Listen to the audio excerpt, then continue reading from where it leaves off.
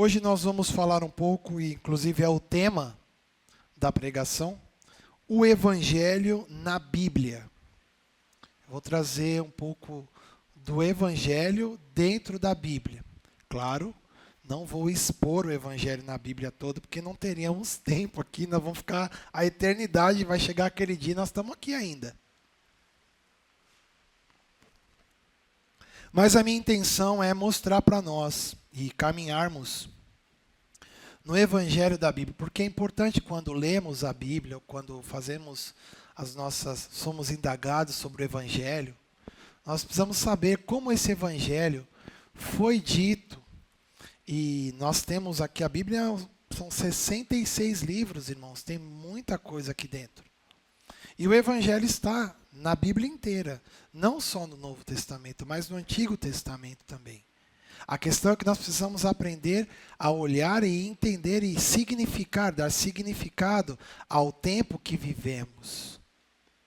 Para que não nos percamos na exposição, quando falamos do Evangelho, por exemplo, no Antigo Testamento ou no Novo Testamento. O Evangelho é o mesmo. É que quando ele entra na história, ele passa por momentos de como ele está sendo proclamado. E a primeira coisa que eu quero convidar a gente para ler é a carta aos Romanos, capítulo 1, verso deixa eu ver aqui se eu anotei direitinho. Isso mesmo, do 1 ao 4. Nós vamos só ler, nós temos estudado aqui, mas é só para a gente entender, porque Paulo fala algumas coisas aqui interessantes, e daqui nós vamos partir para essa exposição do Evangelho na Bíblia. Romanos capítulo 1, do verso 1 ao 4. Paulo, servo de Cristo Jesus, chamado para ser apóstolo, separado para o Evangelho de Deus, que ele, no passado, prometeu por meio dos seus profetas nas Escrituras Sagradas. Este Evangelho diz respeito a seu Filho, o qual, segundo a carne, veio da descendência de Davi, e foi designado Filho de Deus com poder, segundo o Espírito de Santidade, pela ressurreição dos mortos, a saber, Jesus Cristo, nosso Senhor. Vamos orar mais uma vez? Pai, esta é a Tua palavra, e nós carecemos, Senhor, que mais uma vez o Senhor traga a revelação por meio do Teu Santo Espírito, daquilo que o Senhor mesmo inspirou a Paulo, aos profetas, a Moisés, a tantos irmãos que tiveram essa missão de proclamar o Senhor e o seu Evangelho na história. Peço que o Teu Santo Espírito nos ensine nesta manhã. Continue a nos ensinar. E que Jesus Cristo seja glorificado em nossas vidas nesta manhã. Para a Tua glória. Em nome de Jesus. Amém. Olha, aqui, primeiro versículo, Paulo fala uma coisa interessante. O Evangelho é o que Paulo é apóstolo, é o Evangelho de Deus. O Evangelho é de Deus. Ah, mas isso é chovendo molhado. Não. Há muitos evangelhos dos homens sendo pregados por aí. O Evangelho é de Deus e Deus está no centro do seu próprio Evangelho. Não é o homem. O Evangelho antropocêntrico, ou seja, onde o homem é o centro, é um evangelho falso.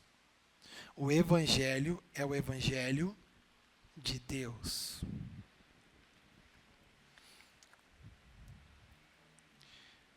Dois. Este Evangelho, no passado, Deus prometeu por meio dos seus profetas nas Escrituras. Então veja, aqui nós temos uma característica que Paulo está trazendo. Os profetas que nós encontramos no Antigo Testamento anunciavam o Evangelho como uma promessa. Algo que seria consumado no futuro, para aqueles que viviam aquela história. Então, de Gênesis a Malaquias, o que nós temos é o anúncio do Evangelho também. Mas o Evangelho que olhava para frente. Ele virá. Ele será. Ele vai vir. E quando ele vier... Então, os profetas anunciaram o Evangelho como uma promessa futura. Este Evangelho, verso 3, este Evangelho diz respeito ao seu filho. Eu estou pregando Evangelho, mas eu não estou falando do filho, eu não estou pregando Evangelho. Mas está na Bíblia, mas eu não estou pregando o Evangelho. Porque o Evangelho diz respeito a seu filho. Você pode, usando a Bíblia, dar palavras de encorajamento. Você pode trazer muitos ensinamentos bons para a vida das pessoas. Você pode fazer a pessoa enxergar que aquela forma que ela está vivendo não é uma forma digna do Evangelho nem do Senhor. Você pode fazer tudo isso com a Bíblia. Mas se você e eu vamos falar e pregar do Evangelho, este Evangelho tem a ver com uma pessoa. Jesus. O Filho. Olha lá. Este Evangelho diz respeito ao Filho. O qual, segundo a carne, veio da descendência de Davi. Ele está falando que esse filho, ele vem de uma linhagem, de um povo que foi escolhido, separado para esse propósito. E que ele vem da descendência de uma pessoa ali, tem na descendência dessa pessoa, ele vem dessa descendência. Ele é o Messias, o rei prometido no futuro, no caso dos judeus. Então, quando fala assim, ele vem da descendência de Davi. Davi terá um filho e esse filho reinará para sempre. Quem é? Salomão? Não, meu irmão, é Jesus que está falando. Se é para sempre, não é Salomão. Salomão foi sepultado que nem Davi. Mas esses textos já apontavam que haveria essa vinda deste rei que governaria para sempre. E esse rei é Jesus, que veio da descendência de Davi segundo a carne. E foi designado Filho de Deus com poder. Filho de Deus. Não é qualquer um. Não é filho de José só. Ou filho da Imaculada Maria. É filho de Deus, meu irmão. É coisa séria. Então, aqui Paulo deixa bem claro, ele faz esse resumão. Agora vamos ver isso na Bíblia. Primeiro, a gente precisa compreender que o Evangelho é eterno. Ou seja, antes dele entrar na história, ser proclamado, a sua consumação, o dia que foi consumado, depois agora continuamos anunciando esse Evangelho, ele não está preso a este tempo. Ele foi decretado antes da criação. O Evangelho é eterno. Vamos lá?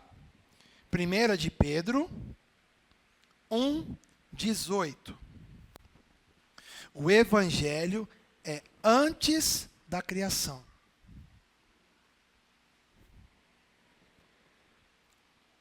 Sabendo que não foi mediante coisas perecíveis, como prata ou ouro, que vocês foram resgatados da vida inútil, que seus pais lhe legaram. Oh, fez isso aí. Mas pelo precioso sangue de Cristo, como de um cordeiro sem defeito e sem mácula. Ele foi conhecido, quando? Antes da fundação do mundo. Mas foi manifestado nestes últimos tempos em favor de vocês. 21. Por meio dele, vocês creem em Deus, o qual o ressuscitou dentre os mortos e lhe deu glória, para que a fé e a esperança de vocês estejam em Deus. O evangelho é eterno, ele é conhecido antes da criação do mundo. Volta 2 versículos para mim, por favor. Mas pelo precioso sangue de Cristo. Espera aí, me ajuda aqui. Me ajuda nessa. Espírito tem sangue? Estou perguntando. Espírito tem sangue? O que a palavra de Deus está dizendo para nós? Sangue denota uma criação. Uma encarnação. A palavra de Deus nos diz que a vida da alma está no sangue. O sangue de Cristo, ou seja, a vinda de Cristo, o seu sangue que nos compraria para Deus, nos resgataria, é um sangue que não é qualquer um, não. É o sangue de Cristo, como de um cordeiro. Então, é o sangue de alguém, de uma pessoa que vai encarnar. Então, tem a encarnação aqui. Já era conhecida antes da fundação do mundo. Já era o decreto de Deus. Sem defeito e sem mácula, ou seja, santo. Diz 20. Ele foi conhecido quando? Então, o evangelho não é um arranjo de Deus que fez a criação linda primeiro dia, segundo dia, terceiro, quarto, quinto, sexto dia. Aí lá depois o homem pecou, aí Deus falou assim, agora eu vou ter que criar um plano aí, um evangelho aí, para poder salvar esse povo, porque ele pecou. A cronologia para Deus não foi assim. O sangue de Cristo, ou seja, o evangelho de Cristo, a mensagem de Cristo, o sacrifício de Cristo, tudo isso está no evangelho, é conhecido, e põe aí na RA, ou na ARA, esse versículo aí. Esse sangue de Cristo é conhecido, vai lá, RA ou ARA? Ixi, tudo bem, mano?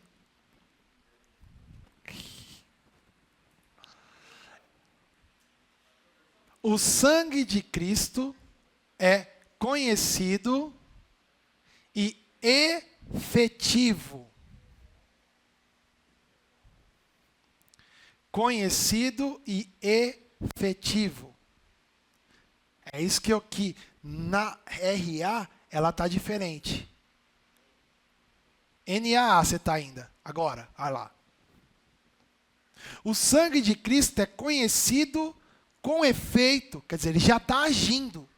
Desde quando? Antes da fundação do mundo. Quando Deus decretou,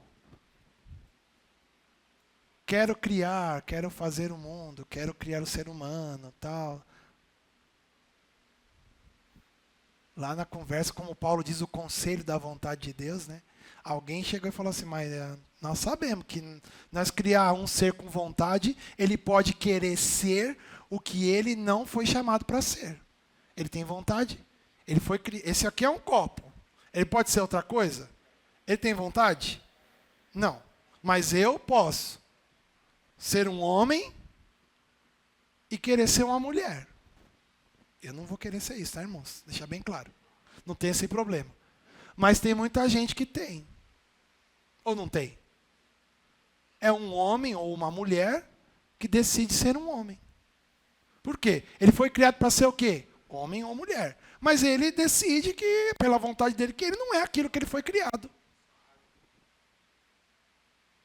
Então Deus já viu isso antes do haja luz, irmãos. É isso que Paulo está falando. Que Pedro está falando aqui. E antes da criação, vamos pensar que aqui é uma balança, nós tínhamos aqui o sangue de Cristo, ou o sacrifício, ou o evangelho. Antes da criação do mundo.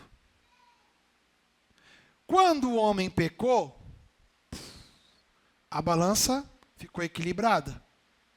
E o sangue de Cristo continuou a sustentar o universo. Por quê? Vamos lá.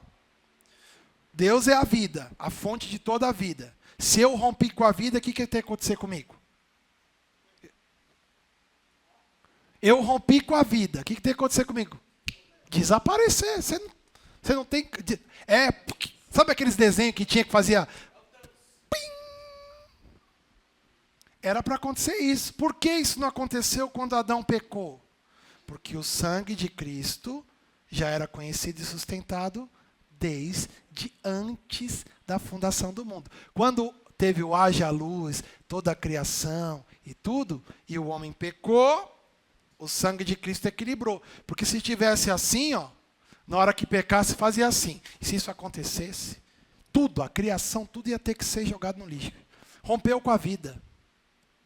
Mas Deus já tinha esse plano e esse Cristo é conhecido antes da fundação do mundo. Por isso o Evangelho é eterno, de eternidade a eternidade. Fora do tempo, antes do haja luz, antes de Deus dizer, começar o tempo. O tempo começa quando Deus cria o dia, tarde e noite, separa. Aí começou o tempo. Só que o Evangelho é eterno, é antes disso. Amém? O Evangelho, segunda coisa. O Evangelho, como eu já disse aqui, foi profetizado no Antigo Testamento. Tem Evangelho no Antigo Testamento, irmão? Tem. Ainda aí em 1 Pedro, pode voltar para a NAA. Ainda aí na 1 Pedro, no verso 1, capítulo 1, verso 10. Olha o que Pedro diz.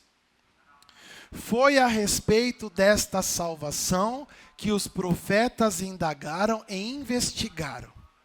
Eles profetizaram a respeito da graça destinada a vocês. Verso 11. Investigando qual a ocasião ou quais as circunstâncias oportunas que eram indicadas pelo Espírito de Cristo, que neles estava ao predizer o quê? Os sofrimentos que Cristo teria de suportar e as glórias que viriam depois destes sofrimentos. 12. A eles foi revelado que, não para si mesmos, mas para vocês, ministravam as coisas que agora foram anunciadas a vocês por aqueles que, pelo Espírito Santo, enviado do céu, lhes pregaram o Evangelho. Coisas essas que os anjos desejam contemplar. Então ele fala, o que ele está falando aí? Falou bastante coisa aí, hein? Bastante. Por isso é para você, em casa, você anota e você vai meditar, viu, irmãos? Fica só que nós estamos dando aqui, não é muito pouco.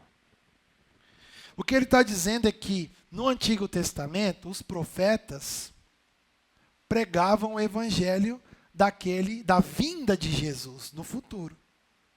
Como o Messias, como o Rei, como o Salvador, que traria a salvação.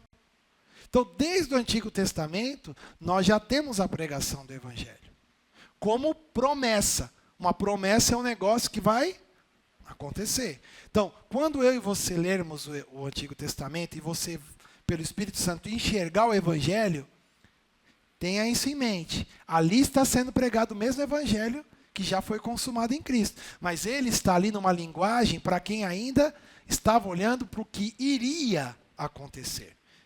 Lembra que Pedro falou que o Evangelho de Cristo é conhecido antes da fundação do mundo, porém manifestado por amor de nós nos últimos dias. Então, quando Cristo vem, é a manifestação do Evangelho que tinha sido pregado, que já era antes da fundação do mundo. Então, aí você começa, por isso que eles usam determinadas palavras, como se fosse algo futurista, que coisas que aconteceriam no futuro. Agora eu começo a ler o Antigo Testamento com o olhar correto e encontrar Cristo no Antigo Testamento. Por quê? Porque no Antigo Testamento o Evangelho foi predito. No Novo Testamento ele foi consumado. Deixou de ser uma promessa. É uma realidade espiritual disposta a todo aquele que vive daquele momento em diante.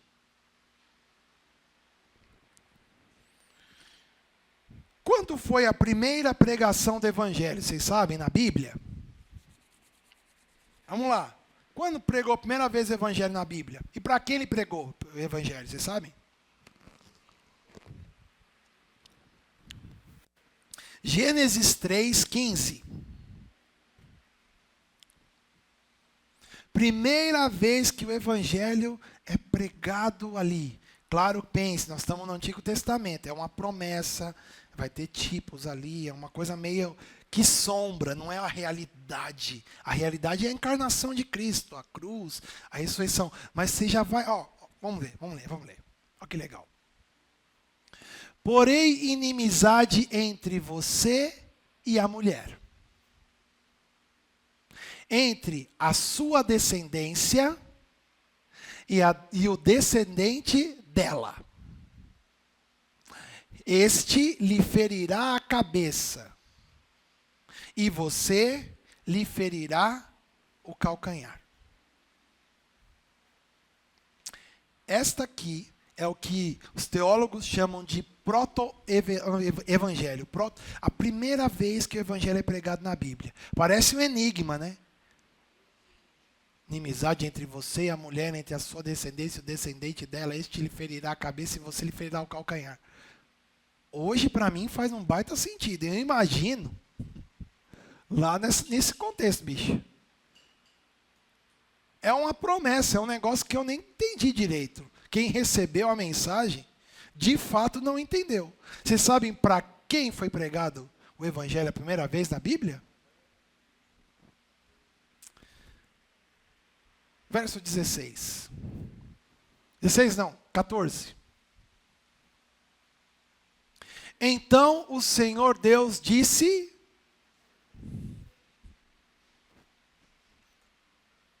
a serpente, para ele ficar bem ciente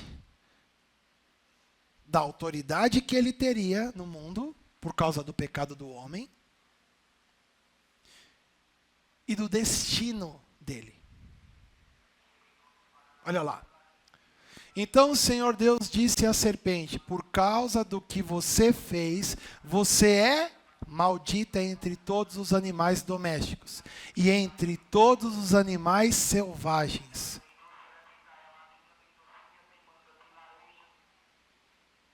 Você rastejará sobre o seu ventre e comerá pó todos os dias da sua vida. Ou seja, Adão pecou. Só para me lembrar, Adão foi feito do que mesmo? Do pó da terra.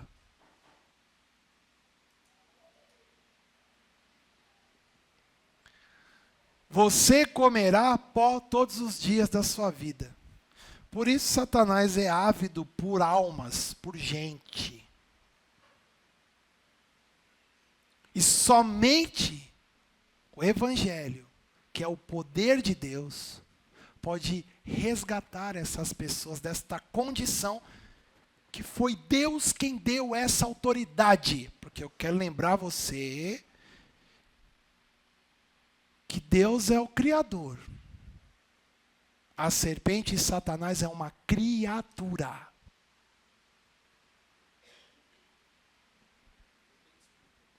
Não é o bem contra o mal. Isso aí é dualismo, isso aí é religião, é o paganismo isso aí. O bem contra o mal. Parece coisa do Jaspion.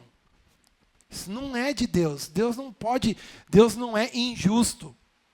Se ele quisesse terminar com essa história dessa criatura, facilmente ele o faria. Ele é o Criador. Só que, o que é que ele disse aí? Você rastejará sobre o seu ventre para a serpente e comerá pó todos os dias da sua vida. 15. Porém, inimizade entre você, serpente, e a mulher. Ele disse, porém, inimizade entre você, serpente, e as mulheres. Ele diz no singular, a mulher. Que mulher a gente pode pensar que é essa? Maria, mãe de Jesus. Porém, inimizade entre você e a mulher, Maria, entre a sua descendência, serpente, e o descendente da mulher, Maria. Quem é? Jesus. Este, quem? Jesus, lhe ferirá a cabeça. E você lhe ferirá o calcanhar. O que está dizendo aqui, irmão? Está apontando para onde? Para a cruz. Lá na cruz, o calcanhar de Jesus foi ferido e ele esmagou a cabeça da serpente. E é tão interessante que Paulo chega a dizer assim, olha, se as hostes espirituais da maldade soubesse o Evangelho, que a cruz era a salvação da humanidade, eles jamais teriam crucificado o Senhor da Glória. Então, o Evangelho foi pregado, mas a serpente não creu. Quer dizer, aqui não creu. Porque aqui era a sentença da autoridade que ele teria no mundo por causa do pecado de Adão. Porque Adão sujeitou o mundo, toda a criação, à serpente. Lembra que Deus tinha dado toda a autoridade para o homem governar tudo que tinha criado? Quando ele peca, ele entrega essa autoridade para a serpente. Por isso que nós temos hoje um sistema deste mundo. E aos descendentes da serpente, que são o quê? Todos os que nascem de homem e de mulher, no pecado. Descendentes da serpente. Por isso que o Evangelho é ofensivo. Há um veneno, irmãos. É isso mesmo, serpente, veneno. Inclusive, curiosidade, vocês sabem que os caras foram estudar a nossa saliva e viram que a nossa saliva e o veneno da serpente é muito próximo ao que tem na nossa saliva e o que tem no veneno da serpente? Os ativos ali? Por que será, né? Tudo é acaso nesse mundo? Não, meu irmão. Porque com a boca a gente abençoa e mal amaldiçoa. Por isso devemos tomar cuidado com o que falamos. Isso é ciência, tá? Você pode procurar esse estudo. Foram ver, falaram, nossa, mas é muito parecido aqui o que tem na saliva humana com o que tem ali no líquido do veneno da serpente. Irmãos, nós não podemos negar, a humanidade foi envenenada. E somente o Evangelho e o seu poder, o Evangelho que é Jesus Cristo, pode tirar as pessoas dessa condição. Não tem outra opção, não tem. E aqui foi a primeira vez que o evangelho foi pregado. Ele te ferirá a cabeça, serpente, e você vai ferir o calcanhar dele na cruz. Veja, o evangelho já estava em Gênesis, irmãos. E aqui só um contraponto. O que é o evangelho? Como mensagem, como um conceito, como o que a gente pode entender. O evangelho é Deus vindo e fazendo tudo, a quem nada merece, nem pode fazer por merecer. O evangelho é Deus vindo e fazendo tudo a quem nada merece e nem pode fazer por merecer. Por isso ele é ofensivo. Os filhos da cobra não quer de jeito nenhum perder a sua autonomia. De jeito nenhum. E o que é religião? Já parou para pensar? Nesse mesmo texto, põe no verso 7 para mim, por favor. Nós vemos o que é religião. Aqui é depois que Adão peca. Que ele come do fruto, ele começa a ter percepções diferentes. Ele peca. E olha o que está escrito. Então os olhos de ambos se abriram e, percebendo que estavam nus, costuraram folhas de figueira e fizeram cintas para si. Se você for fazer um estudo dos verbos de Gênesis 1 até Gênesis 3:7, 3:6, todos os verbos e Deus fez isso, e Deus fez aquilo, e age disse, e ele falou, e ele formou, e ele fazendo. Em Gênesis 3:7 é o homem fazendo, para se cobrir da sua nudez, que até ontem, vamos dizer assim, né, era normal, porque eles nunca tiveram roupa. Mas aí se perceberam inadequados diante da presença. Porque pecaram. Medo, se esconderam. Preciso me adequar aqui. Pega umas folhas aí, vamos fazer um negócio. Isso chama-se religião. É o homem fazendo para se adequar à presença de Deus, para ter uma relação com Ele agora de igual para igual. Tá aí você, Deus, e eu agora com o conhecimento do bem e do mal. Eu sei tudo. Eu só não sei esse vazio, esse negócio que está acontecendo aqui, que agora eu estou meio me sentindo inadequado, mas eu sei tudo. Eu sei, tenho conhecimento do bem e do mal. Vamos conversar então. Eu te dou o dízimo e você me abençoa, beleza? Porque está escrito que as janelas do céu vai cair, vai se abrir. Se eu te der o dinheiro, você vai me dar mais. Isso é relação de evangelho? De filho? Isso é relação de barganhento, de negociante, comerciante com Deus. Eu dei só um exemplo, mas podia usar vários. Foi assim que o homem criou religião. E o ateu também tem a dele. Porque você pensa que o ateu não tem religião? Não preciso de Deus, eu creio em mim mesmo. Religião. É o homem fazendo tudo para se adequar à presença de Deus e barganhar com Deus. Isso é religião. E evangelho? É Deus vindo e fazendo tudo, a quem nada merece nem pode fazer por merecer. Por isso o evangelho é ofensivo também. Mas voltando aqui, Moisés falou do evangelho. Vamos dar uma olhadinha? Deuteronômio 18:15.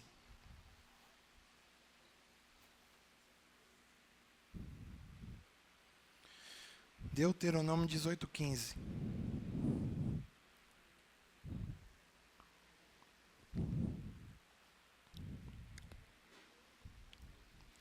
O Senhor, seu Deus, fará com que do meio de vocês, do meio dos seus irmãos, se levante um profeta semelhante a mim.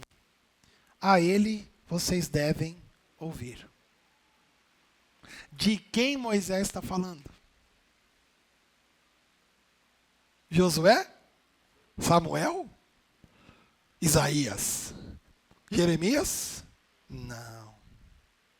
Jesus. Abre Atos capítulo 3, verso 22. Pedro, na primeira pregação lá no Pentecostes, cita esse texto. Olha lá.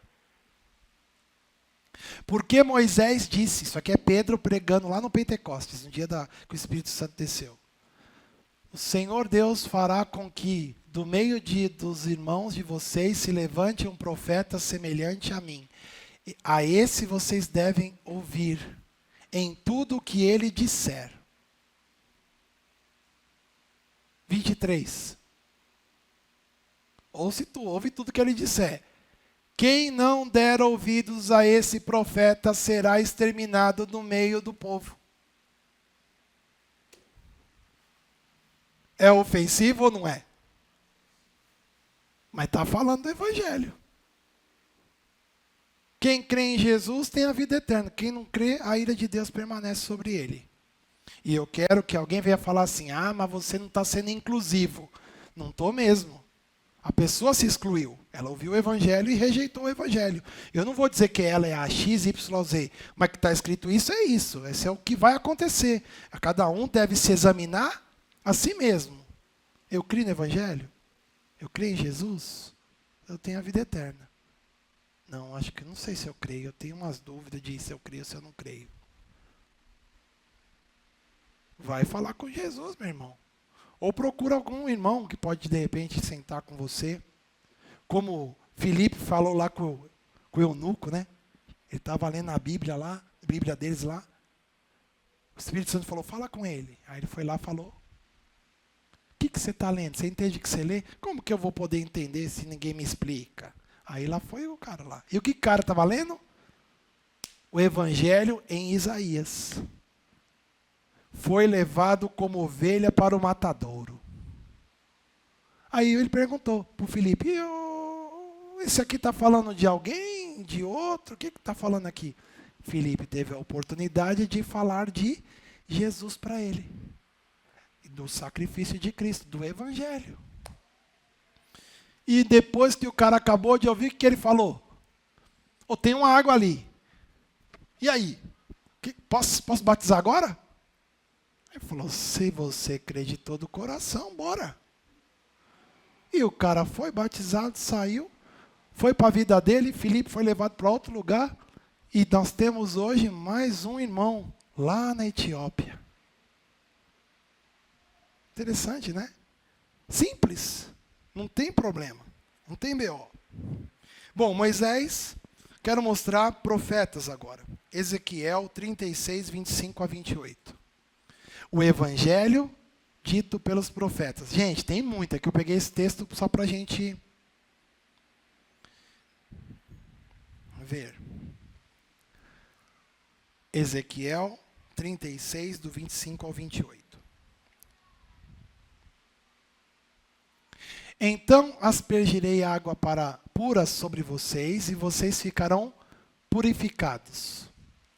Eu os purificarei de todas as suas impurezas e de todos os seus ídolos. Você vê como é algo fala para o futuro?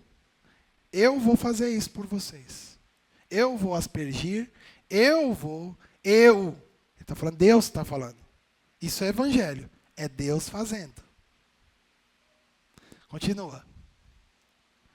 Eu lhes darei eu lhes darei um coração novo, e porei dentro de vocês um espírito novo. Tirarei de vocês o coração de pedra, e lhes darei um coração de carne.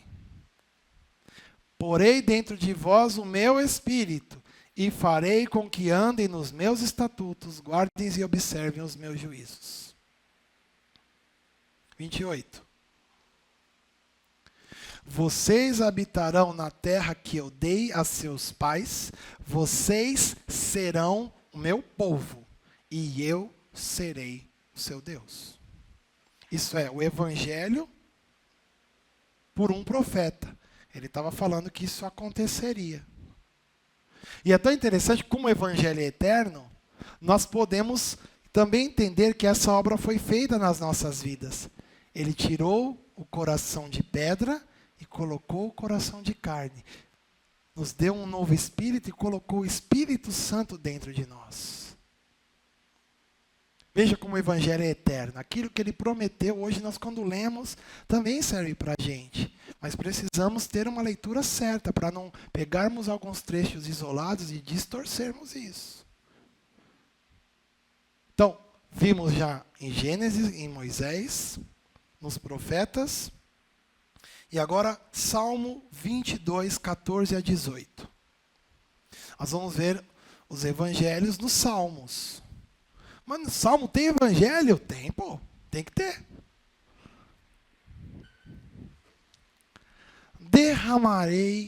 Derramei-me como água e todos os meus ossos se desconjuntaram. Meu coração se fez como cera, derreteu-se dentro de mim. Poético, né? Secou-se o meu vigor como um caco de barro, e a língua se me apega ao céu da boca. Assim, me deitas no pó da morte. Cães me cercam, um bando de malfeitores me rodeiam. Transpassaram-me as mãos e os pés. Posso contar todos os meus ossos. Os meus inimigos estão olhando para mim e me encarando. Repartem entre si as minhas roupas e sobre a minha túnica lançam sortes. Onde aconteceu isso daqui, irmão? Na cruz. Mas aqui eram os Salmos, escrito muito antes, que estava como uma promessa que aconteceria no futuro. Mas hoje nós, olhando, vemos o quê? Cristo sendo crucificado. E aqui nós vemos o seu sentimento, né? Como ele se sentiu, como um caco de barro. Coisas profundas aqui. Salmo é muito interessante. E vemos aqui o evangelho nos Salmos.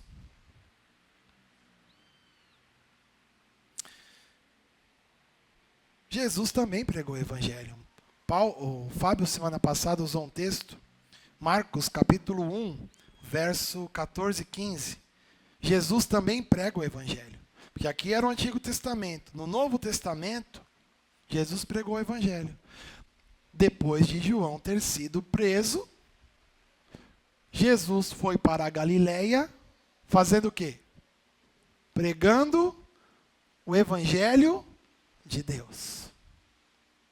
Ele dizia: o tempo está cumprido e o reino de Deus está próximo.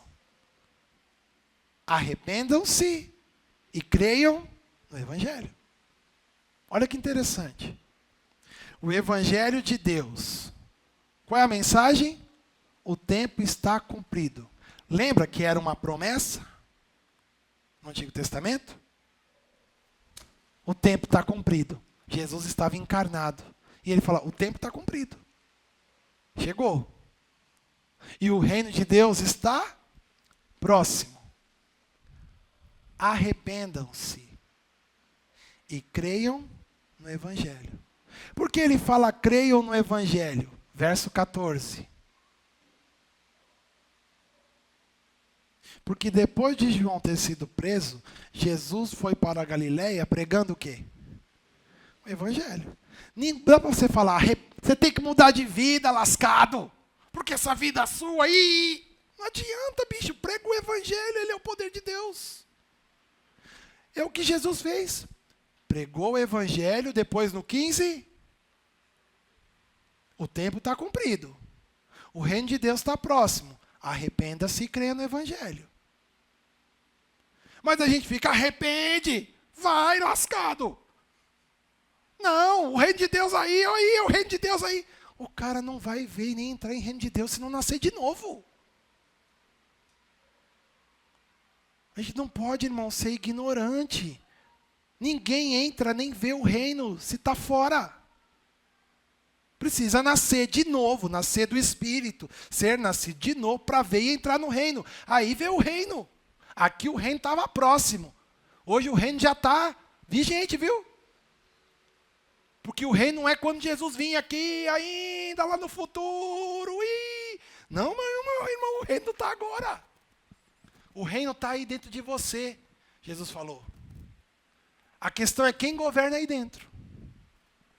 Simples assim. E aí? Quem governa aí? Aí é aqui. Porque o reino de Deus também não vem com uma visão visível aparente, mas está dentro de vós. Quem é o rei da sua vida e o meu? Quem é o Senhor, o governante? Não, sou eu mesmo. Então você está fora do reino. Porque no reino de Deus, quem governa é Deus. Isso é certeza. Então nós precisamos entender. E não adianta mandar a pessoa se arrepender se ela não ouviu o evangelho. Muda a sua vida. Não vai mudar, irmão. Já ouviu o evangelho? Eu estou falando o evangelho, não é a gente fazer uma... Olha, aqui o seu caminho, você tomou esse caminho aqui, você fez assim, você fez assado, você percebeu que isso não está legalzinho? Você precisa mudar de vida. Não vai mudar, irmãos. Nós anunciou o evangelho. O evangelho é o poder de Deus para a salvação de todo o que crê. Anuncie o evangelho. E Jesus também, depois da ressurreição, termino aqui, depois da ressurreição, Jesus, Lucas 24, 44 a 47. Olha o que Jesus diz para os seus discípulos, porque já estudou sobre isso aqui. Depois da ressurreição, Jesus não aparece mais para a multidão. Não, pode ler a Bíblia. Depois da ressurreição, Jesus não aparece mais para a multidão. Só aparece para discípulo. Lucas 24, 44. Eu vou ler lá. A seguir, Jesus lhes disse para os discípulos, quando encontrou com eles: são estas as palavras que eu lhes falei estando ainda com vocês. O que ele falou? Que era necessário que se cumprisse tudo o que está escrito a respeito de mim. Onde? Na lei de Moisés, nos profetas e nos salmos. Lembra que a gente viu? Aí quando Jesus ressuscitou, ele vai falar para ele, então, o que eu disse para vocês é isso aí, ó. E agora preste atenção para a suma do que é a mensagem do evangelho. Verso 45, Jesus vai falar. Primeiro ele faz o quê? Abriu-lhe o entendimento para eles compreenderem as Escrituras. O que é as Escrituras? O Antigo Testamento. Não tinha novo aqui. Então ele abre o entendimento para eles compreenderem as Escrituras, que as Escrituras falavam dele. E que aquilo já tinha sido cumprido. Por isso que Pedro, quando prega, fala, Moisés falou dele. E já aconteceu, ele já veio, já morreu, já ressuscitou. Entende? Você vê na pregação como vai mudando o olhar. O evangelho está em toda a Bíblia, mas nós precisamos ter sabedoria para lê-la. Senão nós vamos se lascar. E aí ele fala isso, e olha lá. O que é o evangelho? Assim está escrito. Aonde, gente? Na lei, nos profetas e nos salmos. Olha o que está escrito. Olha o que Jesus está falando que é o evangelho. O que está escrito lá. Assim está escrito que o Cristo tinha de sofrer. Obra da cruz. Cruz. Cristo morreu pelos nossos pecados. Cristo morreu por mim. E eu fui unido com ele na semelhança da sua morte. E se eu fui unido com ele na semelhança da sua morte, certamente eu serei na semelhança da sua ressurreição. Isso é o evangelho. Assim está escrito que o Cristo tinha que sofrer, ressuscitar dentre os mortos no terceiro dia. E que no meu nome, é isso? No meu nome? Então, por isso que é o poder de Deus, irmão. Não tem a ver com você, com a minha mensagem, com o que eu estou... Tem a ver com Ele. Anuncie a Ele. Creia no poder do Evangelho. E que em seu nome se pregasse o arrependimento para a remissão de pecados a todas as nações, começando em Jerusalém. E isso chegou agora até nós todos. Porque isso que Jesus disse para eles lá, se tornou realidade para nós. Isso está sendo passado há mais de 2000 anos. E nós que estamos aqui hoje somos parte disso. Precisamos entender a responsabilidade que temos.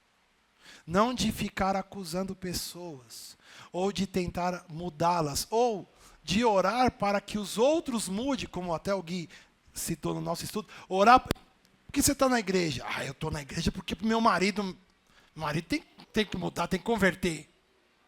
Aí a pessoa vai, faz campanha, vive lá, e fala com o pastor, meu marido é uma tralha, é um não sei o que lá, é isso, é aquilo outro. Ou a mulher, a mesma coisa.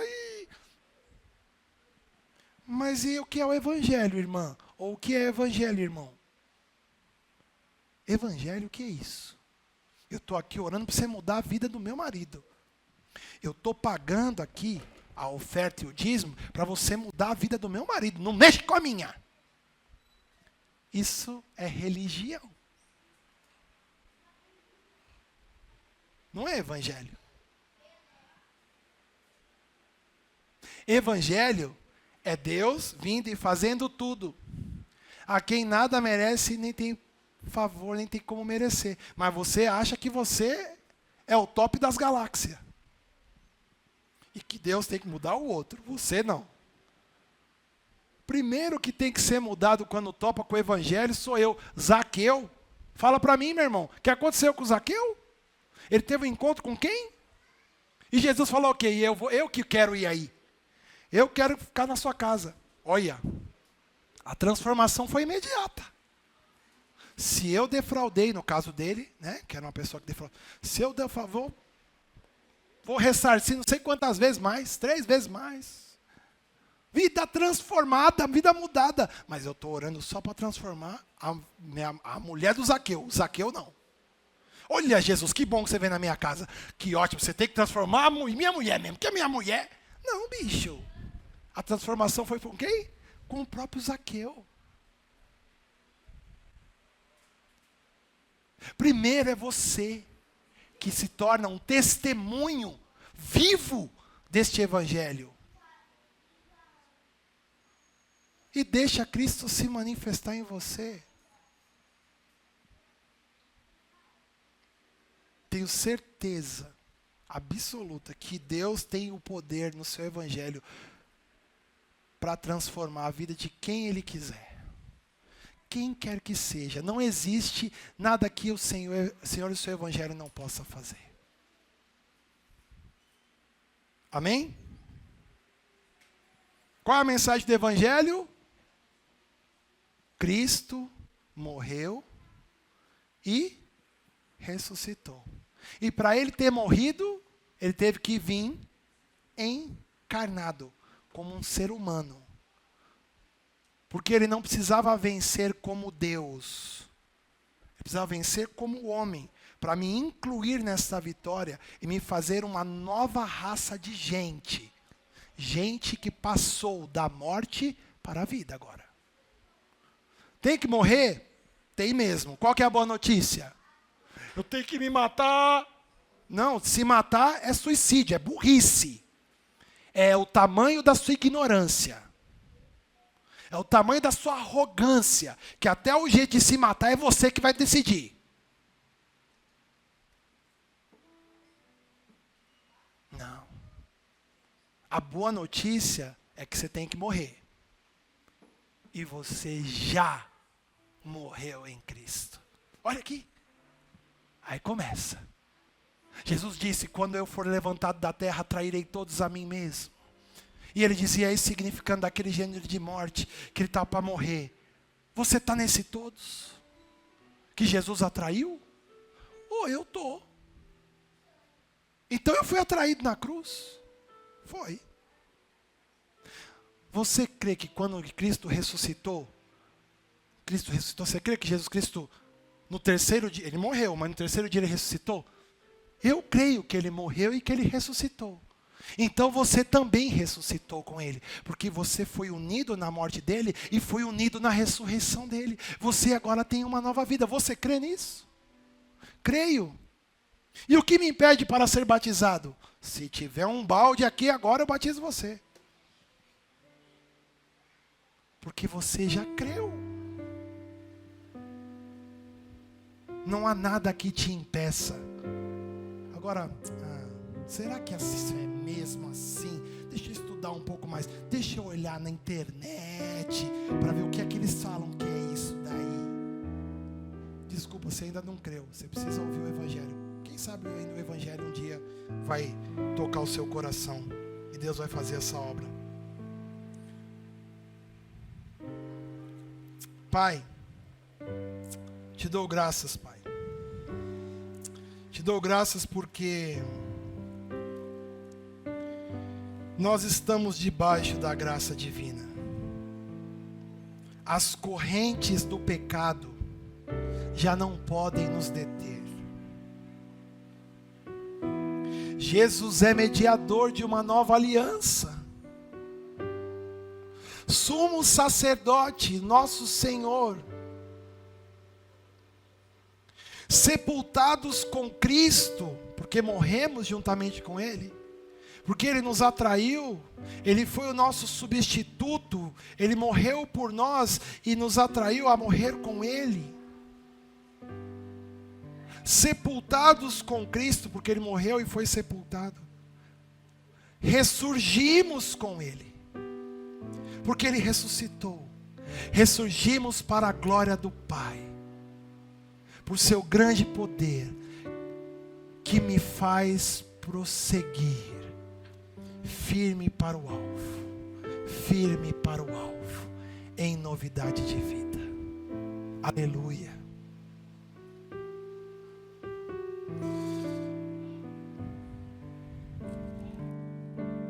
Disse Jesus: não tenha medo, eu sou o primeiro e o último, e aquele que vive. Estive morto, mas eis que estou vivo para todo sempre, e tenho as chaves da morte e do inferno.